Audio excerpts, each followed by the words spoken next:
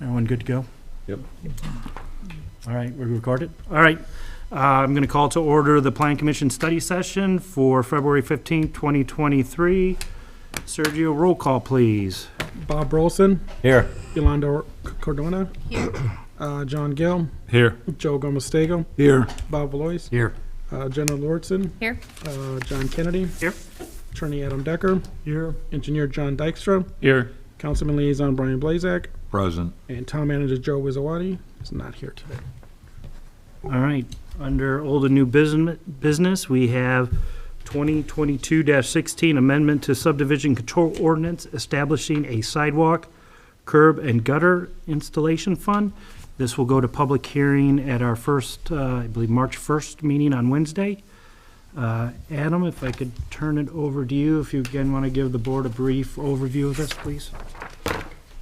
Yes, Mr. Chairman. So this proposed ordinance will amend the subdivision control ordinance for the town of St. John.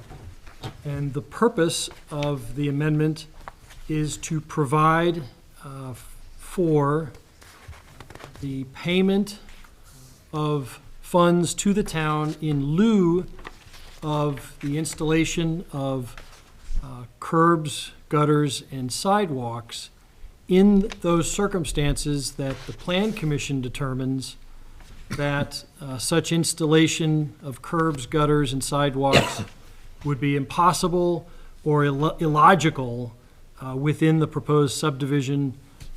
So if the Plan Commission makes that determination, and it's going to be made on a case-by-case basis, if it makes that determination, then in such instance, the developer or owner would be required to pay 90% of the total cost of the installation of curbs, gutters, and sidewalks to a fund to be created by this same ordinance, the Sidewalk, Curb, and Gutter Installation Fund.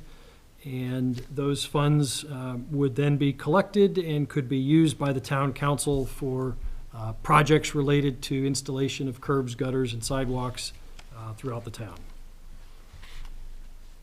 Thank you, Adam. All right, questions, comments from the board? Discussion. I have a question, Adam. For the curbs, do we want to specifically say the size and thickness of the curb? And I guess what I'm getting at is, if a development was on 41, we probably wouldn't use the 18-inch wide curb. It'd probably be a much bigger standard, a 2-foot wide by a thicker class. Do we want to maybe have language in there of not specifying a certain size, but a size that would match that street that the development is on? Well, I would respond to that question by saying if a developer came to the town and was proposing a development either on US Highway 41 or another street, I believe, and correct me if I'm wrong, Sergio, but the subdivision control ordinance does have therein standards Okay. for those elements, Okay. curbs, gutters, and sidewalks. So this amendment to the subdivision control ordinance is still, in a way, part of the subdivision control ordinance. So if that developer came and said, well, we're proposing a development on this street, and the installation of curbs, gutters, and sidewalks would otherwise have to be made in conformance with our subdivision control ordinance, which It'd I have to believe, follow that. which has those standards, right, Okay. depending on the location. That's therein would be the cost analysis would be Okay. based on those standards Okay. for that particular location. Then we're covered, then, I good. believe so, yes, I Yes. believe so, Mr. Bolson. Okay, It's almost like sidewalks. And Bob, Sidewalks on White Oak would have to be 9 feet Right. versus the standard, Yeah. so. Yeah, I just didn't wanna- No, that's Yeah. a great point. and Bob, our smallest standard is a 24-inch curb, 10 inches thick at the front, 12 thick at the back. 24 inch, okay. Yeah, so we don't have any 18-inch curbs allowed anywhere. Even on a residential, Right, even in residential, it's 24 Okay, I didn't wide, realize that. 10 I inch was thick thinking at it the was front, 18. 12 inch thick at the Okay. back. All right, any other discussion? Yes, I'd like to just bring up, what prompted all this So, Oh, it does say Since- 24. this board's makeup has come to this body, we have been a little bit more stringent in our denial of waivers for sidewalks. And then but there have been instances where there have been areas in a residential subdivision was fully mature, that sidewalks weren't gonna go in. But I still think there's advantage, in other communities have created this fund to grab those resources that owner or developer would have to put in, so that then the town has the obligation or ability to add sidewalks at an area that we're lacking. Because of us not being stringent, or just No, because? just it was- because there's been, two examples that I like to bring. There was one, I can't remember the subdivision, it was over by The Lantern Woods. The Columbia Court one? Yeah, Columbia Court. It was a very mature subdivision. There was one lot, no sidewalks, no curb and gutter. The homeowner came in, asked for a waiver for the sidewalk, and it was what I consider a reasonable request, so we gave a waiver. There's been off of US 41, a development came in, they only had 3-foot width ability, and they couldn't put a sidewalk in. Those would have been opportunities, if this resolution and fund was in place, we could have been able to capture that revenue that developer or homeowner would have been responsible for. Then the town could use those resources to establish, To replace not to the, replace, whatever the town council decides that fund should be used for sidewalks or curbs and gutters.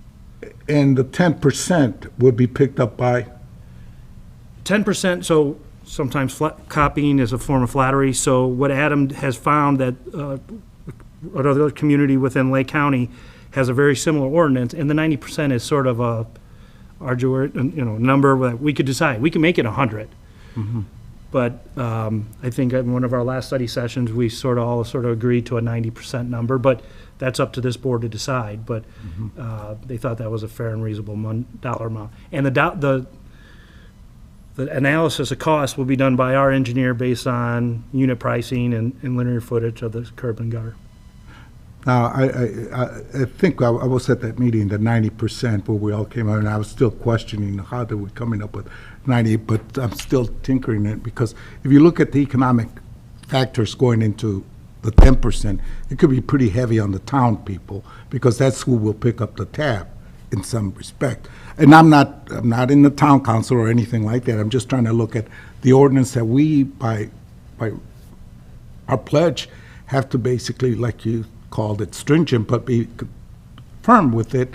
And if the town basically needs revenue to fix other areas, then perhaps we have to let the town figure that out itself, the town council.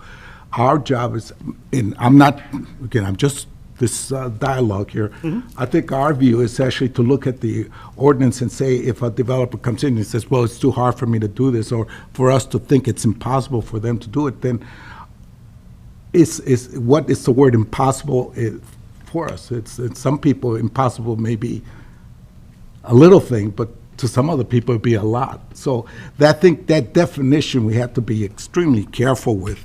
Otherwise, we could be on the course for collision here. Now, I don't want to speak for Bob, but I know No. Bob has said in the past, he doesn't want to use this as an opportunity for residents and developers to not put in sidewalks. Because one of the biggest reasoning is what? Sidewalk to nowhere. But as Adam and Yolanda have said, there's two words that are used. There's impossible. So Right. I would have said that was 41. It would have been impossible for them to put a sidewalk on US 41 because they only had 3 feet of right-of-way. Illogical. For the shrine. he's For the talking- shrine. For the shrine, and I think that's. Yeah. And that issue, yeah, I've thought about it as I walked through the shrine. As a matter of fact, when I first stepped in here, I looked and I go, why is it impossible? Is it because we're infringing on the property that they're having to provide those sidewalks? Because I also brought up, if I recall, at that first meeting, our purpose is safety and security as a town. So if that sidewalk is not there, who's going to be held liable? That's just it. So I think as a planning commission, and what we're doing is actually making sure that the the safety and security are there, and the responsibility on the developer is his to figure out, I gotta put a sidewalk here because this is required through this ordinance because it's safety and security. But if we're gonna start to look at the impossibility and the probabilities of a developer going, oh, well, that, I think he may, that is right, he has an impossible task, then perhaps we had to shove it back to him and say, look at a possible tax for yourself, because you make income out of all this, and therefore you should try to figure out a good way to implement this sidewalk and all these other things. That's what I'm kind of concerned, and it's the tipping point that we're, as a planning commission, we could actually open up a can of worms for somebody else to come in and say, well, you gave that developer, and I think this is impossible, and then we're opening up that's what we call capricious, an arbitrary way of actually picking Those it are up. legal terms, I like That is- that. And I think that's something that we have to look at, because when I see here, I said, may, then all of a sudden at the tail end, the developer shall, and I'm going, there's two areas here that developer may pay, and then all of a sudden at the tail end, it says shall pay. So which one are we going here with? I think further review of this, perhaps all of us could sit down and try to figure out a way to basically make the developer, yes, I love to see this town develop as much as possible, but at the same time, adhere to the rules and regulations that this planning commission sweats itself through to make sure that people that come in front of us adhere to those things. Because if we don't, we're going to be gone, and then our legacy's going to be left with no sidewalk here. I wonder why they did it, you know? Well, if it's because it was the developer's impossibility, then, and the planning commission thought it was impossible, then we're putting ourselves as far as the developer is concerned. And then that causes a lot of problems where we could be lobbied by anybody through here and say, well, you know what? Let's lobby 4 or 5 of these individuals to say impossible. Well, that's what a public hearing is. That's what, but again, the public hearing is when people show up, and sometimes we're just here to represent the planning commission's bylaws, not to change them. I think we've changed a lot of things, and I like the fact that you said we're pretty stringent. Yes, I like that, I do. And that's what makes this town St. John, not St. Peter. But again, that's my view, sir. That's No, all. there are some legal terms that I'm going to stay away from, so I don't know if Adam wants to respond or Sergio. And I'm not an attorney, and I never professed to be one. And we're not changing the ordinance.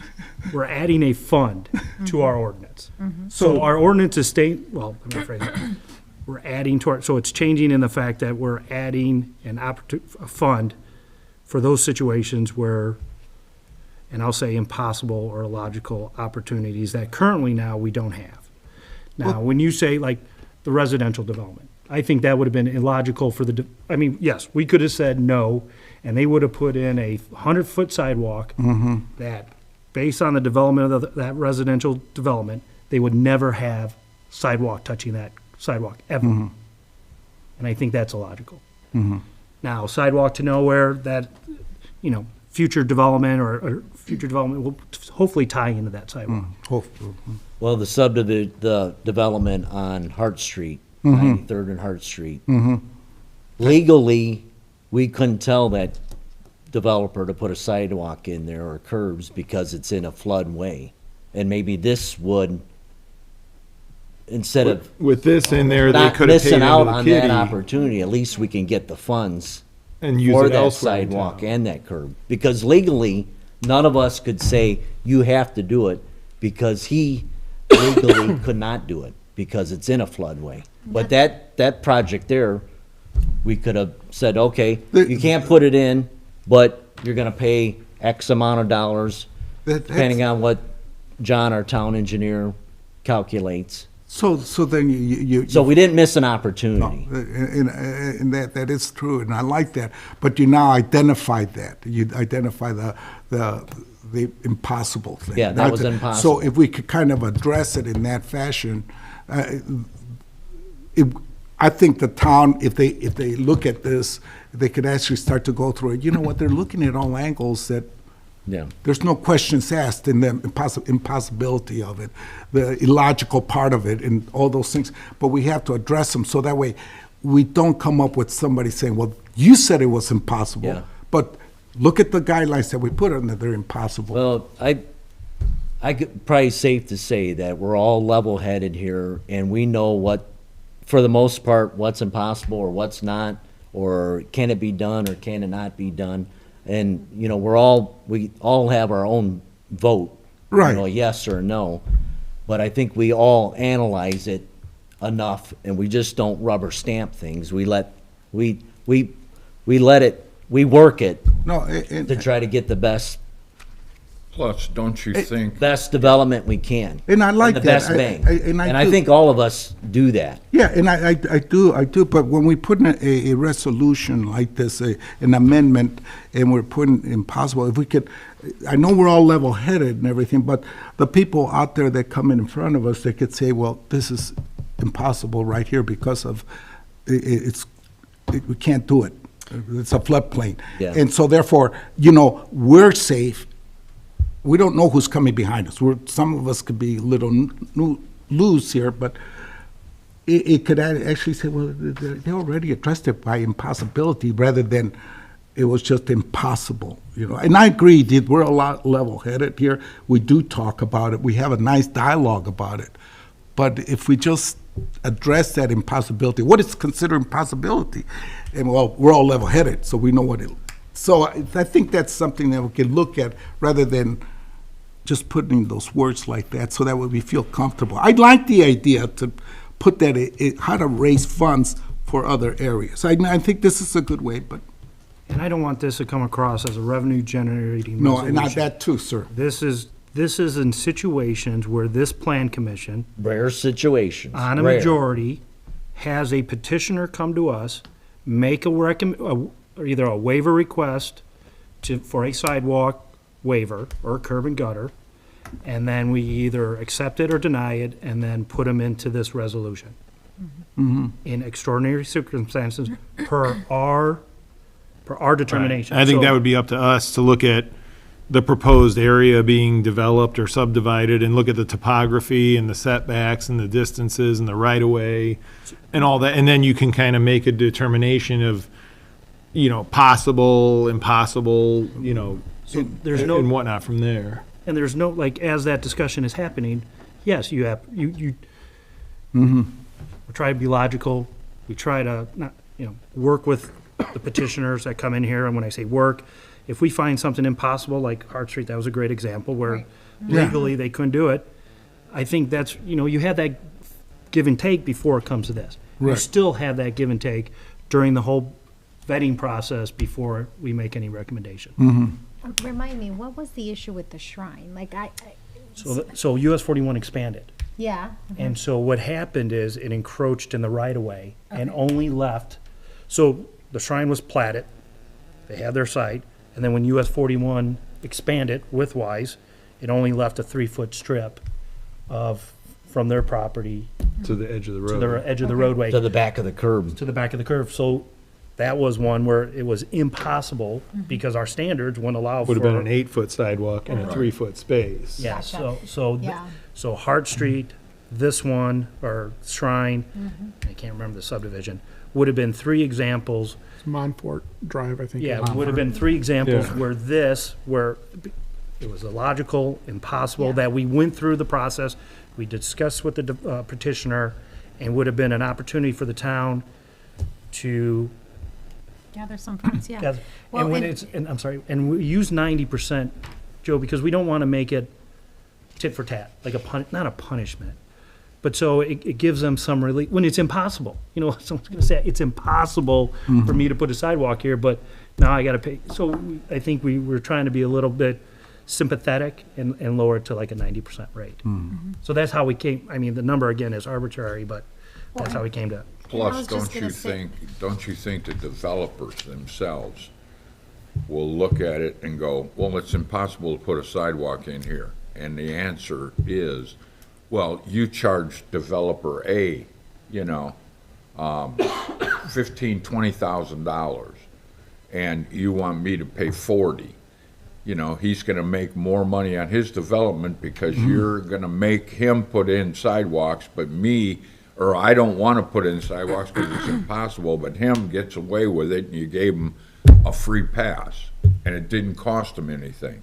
So he's got more profit margin built into his development, and before you know it, you're sitting there arguing dollars and cents with developers, and that's not what you intend to do. You intend to do what's best for the town. And even though we're looking into this, Yeah. you can still have a development like the pawn shop where they subdivided the parcel to allow somebody else to build a house behind the existing house and pawn shop. Correct. Where it's flat topography, no issues with the right-of-way, and then they don't get the sidewalk waiver, and they end up putting the sidewalk in. So this doesn't mean that nobody ever puts sidewalk in, this just means it gives you another avenue to explore when the situation arises. Let me go to Yolanda, she was gonna say something. I'm Yeah, sorry, Yolanda. I think, you guys aren't letting me talk today. Maybe I'm here. Grab the gavel. Oh, no. Yeah. Come on. That's it. I was just gonna say too, Joe's point, I think what he's trying to say is you want a definition to what impossible would mean, right? Right. And the answer to that is exactly what Bob is saying. Impossible would be Hart Street. That's a perfect example. Impossible would be the Shrine. And I agree there. So we're qualifying that word by examples that have come up before us to sort of understand, okay, when is there an impossibility? Hart Street was an impossibility. Shrine is an impossibility. So, we all feel comfortable determining when there is an impossibility and make that determination and then, get the benefits out of this ordinance. Right. I see that, and I was just trying to address the impossibility and the definition of it, so. No, I think it's a And great. you did. I think it's a great ordinance. Yeah.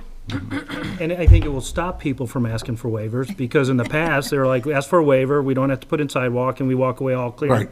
Now, you're gonna potentially ask for a waiver, but now, okay, you don't have to put the sidewalk in, but you're gonna pay us 90% of that Right. cost. So now, it's a little bit more of a deterrent from even waivers now. It's like, oh, even if we do get a waiver, It's gonna cost us money. it's gonna cost us, they're gonna put skin in the game because we wanna make this community safe. And if it's impossible or illogical at this place, we're gonna make it safe somewhere else. Right. So, Okay, that sounds a little bit better. all right. Thank you. No, thank you. Thank you very much. Learned a lot right now. Any other comments, questions? Because this goes to public hearing, and again, this is a recommendation that will go to the town council for their final approval. And again, as Adam will state, I think correct, they can make any changes, recommendations, and it would come back to us for further evaluation and then until it's approved. John, quick question. So who comes up with the practical aspect of this, how this would be, put into practice? The council or Oh. Sergio? I'm saying, Oh, when you Sergio. say the practical, Like, how this would actually work in, from a practical standpoint. So who would manage the money, The town. that kind of thing? Like where, Who allocate the Clerk. funds? yeah.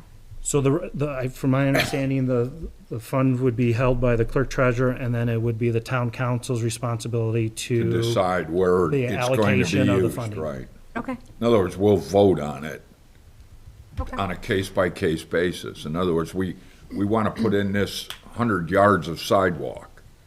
And then the council, of course, would vote on it, yes or no, and it would come out of that fund. Because it will be captured in a separate fund. Okay. So that money will sit by itself, like we have other funds allocated by the state.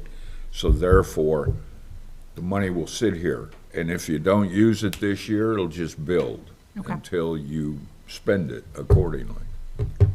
So that line item it's not gonna change. It's gonna remain fixed. The town Correct. council can't do If you anything. spend out of it, the Right money there. comes out of there. If you don't spend Only for on it, that the money specific sits purpose. there. Right. Right, because it only has one purpose. Right. That's to build sidewalks and curbs and gutters. So Yolanda, my scenario would be either Public Works or who's ever responsible for sidewalks, or the town planner will determine, okay, hey, here's an issue. We either got bad sidewalks, or this 100 yards of sidewalk would really make a big difference of connectivity within the city or Exactly. town. Yep. And then they would present that to the town council then to make a recommendation to allocate that money. Or hopefully it could be used for a match for a NERC trail grant or something Right. like that, so. Yeah, and that would be a good idea, John. I didn't even think about that. Matching funds for a grant possibly. For a trail or something like Yeah. that, so. All right. But Any that's up to other- the lawyer sitting across from me to determine if it's allowed or not. I think it's losing more hair every day that comes in here. All right, any Be further? nice, be nice. Be nice, be nice, be nice, nice. be nice. He looked at me twice. A Clint Eastwood look. Giving you the finger. All right, next on the agenda. Any other further? Again, this will be a public hearing to the, on March 1st, March 1st. Next on the agenda, we got 2023-02 Continental. They are requesting an extension for primary plat for the remaining 21 single-family residential lots. This is part of the original 55 acres, zoned RC1 PUD. And Mr. Slager, good evening, sir. Good evening, Jack Slager with Schilling Development. This issue actually came up when I was watching one of your earlier Plan Commission meetings, and you were going through the approval for Parish Woods final plat, and I noticed some discussion by the Plan Commission that their primary plat had expired by the time you went to approve the final plat. And as I saw that, I started to think about some of our larger developments, and as we are facing a slowdown in the housing economy right now, and some of the developments are not moving as fast as they have over the last few years. We have several large developments that received primary plat years ago, Preserve, Greystone, and in the past, we have come in yearly with a new section of each of those to final plat. And so, according to your ordinance, that automatically extends our primary plat each time we come in and final plat a section. And as we're looking towards a potential slower season this year and maybe not coming in with a phase of Greystone or a phase of Preserve as we have over the past 5 years, we started to look into this. Do we need to ask for extensions for our primary plat so that they don't expire and we have to start over? So like I said, it got brought up to us during the Parish Woods process. I brought it up to the town, and Jenna and I have been working back and forth, doing some research on all of the developments that we have to see where we're at. Continental was the first one that really kind of popped up and said, hey, this primary was approved 3 or 4 years ago, and you came in for Unit 1, and then you came in for Unit 2, and we haven't been back. And so we want to look at the possibility of requesting, or we are going to request an extension of our primary plat for Continental, as well as Preserve West, and Greystone, just so that we don't run into any issues of the primary plat expiring.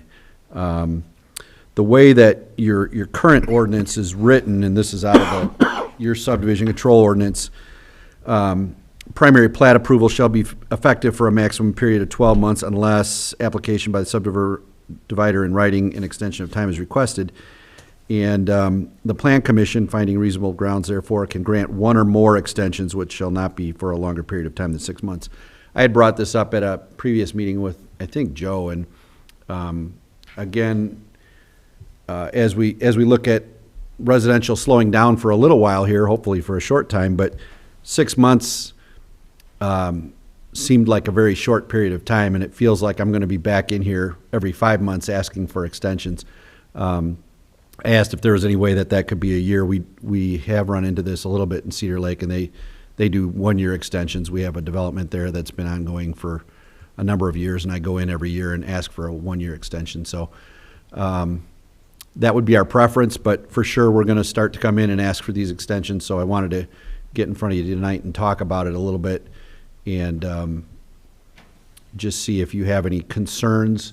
You know, in most cases, I don't really know why the original ordinance was written that it's only good for 12 months. You know, in most cases, these developments are platted out with a primary plat, and there's really not much opportunity for it to change over the years. Nobody wants to start over and go back through the whole public hearing and public notification process. So if we can renew the primary plat, I think it makes it easier on all of us rather than having to go through that whole process again for something that's really not gonna change. So I guess, I don't know if you guys have any thoughts or input on that, or concerns. Sorry. Questions, comments? No, the Parish Woods was the first one we ran into where we realized that Yeah. the primary plat is extended, and of course, they received their extension, so we're trying to be understanding and gracious when it comes to this, so. Any questions for Jack? So, Adam, the subdivision control ordinance says it's up to 1 year, correct? So this is 2020, how would we do something, how would the timing work? So how we did the gates previously, we had to do multiple 6 months extensions for them because it was kind of the same. Retroactively. Yeah, it was kind of the same thing. So for them, the last phase that was approved was August 5th of 2020, which a year approval would bring it to August 5th of 2021. So 4 6-month extensions would bring them to August 5th of this year. 5 6-month extensions would bring it to February 5th of next year. Okay. And I mean, there is always a possibility that we might come in at some point this year to plat another section of lots. I don't know that yet. So that's possible, but if not, we'll just be back in here occasionally asking for extensions. Okay. Questions, comments? So this will come to us on March 1st for approval? Okay. Now, is there an application I need to fill out for this? We do not have an application for an extension. We have findings of fact for it once it's acted on, but we do So it's have just a record of request. your email and the discussions that we've had, and that's kind of what we've been using. My preference would be to ask for all of them in one meeting. So if you're not opposed to it, when I come back in 2 weeks or 3 weeks, whenever the next meeting is, I will likely ask for an extension of Preserve West, Greystone, and Continental. Okay. And let's just get them all out of the way, and then they're all extended 6 months beyond whatever I think some of them were getting ready to expire in May. Yeah, it was like May and So June. I would be back here in April otherwise. Yeah. Okay. I will likely ask for all of them for a 6-month extension. And Jack, I'm gonna work with staff just to go over to see how we did preserves, because I know what we tried to figure out is what was the best time limit, and get them caught up at least, just get them to the point where they're caught up. Yep. And then if they have to come back and Yep. and at that point, ask maybe for another extension or multiple extensions at that time. But just try to get them back to the point where they had enough, time to get everything settled, and then we can get everything organized. So, I guess we could discuss further at March, so. But that's how I think we've done it. I know every application, every request is unique to itself, but just trying to be the same as we treated the other, this is our third? Parish, how we treated them, so we're all Yep, fair. fair, so. Yeah. Good. That would be my only comment to you, so you're aware. Okay. John, do we feel collectively, does the commission feel that 6 months is kind of a tight time frame in today's world? And maybe we should look at the ordinance to start off with a year? I'm throwing this out, so Adam's eavesdropping, of course, and it shouldn't take too much to change the ordinance to a year, right? You eavesdropping? No, it's the same process. Exactly. No, it's the same process for any change of the subdivision control ordinance. It has to be considered, there would be a public hearing. Okay. Go to the town council, much as we're considering Well, for I'm the just, sidewalk. yeah, I'm just thinking in the current, and especially with the current inflation problem, and as Jack said, which is true, it's starting to show countrywide, the slowdown in housing. 6 months doesn't seem, in today's world, to be too realistic to develop a subdivision. I mean, when you really think about it, Well, 6 Mr. months. Blazek, the ordinance says 12 months. Oh, okay. Currently, it's 12 months. Initially, but then there's an extension of 6, correct? Correct, the extension is for 6 months. So therefore, do you think, and this is, I'm just throwing it out for consideration, instead of 6-month renewal, you do a year, you do a year, you do a year, so that developers like Schilling and all the others, Altoff, whoever, comes in, they're not here every 6 months, I think the Gates was in here, and they were getting 2 or 3 of them done for 6 months. Why not give them the opportunity for a year, and if they don't need it, so be it. It'll just expire. Sergio, question for you. So you do the one-year plat. What is the benefit of only doing a 6-year extension? 6 months. Or, I'm sorry, six months. Sorry. I ran out of water already. That means you better slow down. Yolanda, take sure there was over. water in there? Yolanda, take over. I mean, so my litmus test is, does Sergio like it? All right, good. No, I mean, is there, like, what's the purpose of only extension of a 6-month? Is it just to, make sure developers are, I don't know what the reason of. That I don't know why a 6-month extension was identified in the subdivision control ordinance. I typically seen them at a 1 year. Okay, all right. I think we're on our way. We still, all we have to do is if you amend the ordinance, we'll still have to vote on it, Adam? Yes, Council votes. it's the same All right. process for any change to the subdivision control ordinance. Okay. It would have to be originate here. I think if you need to recommend that for the next meeting in March, we ought to put it on the agenda and vote on it in March.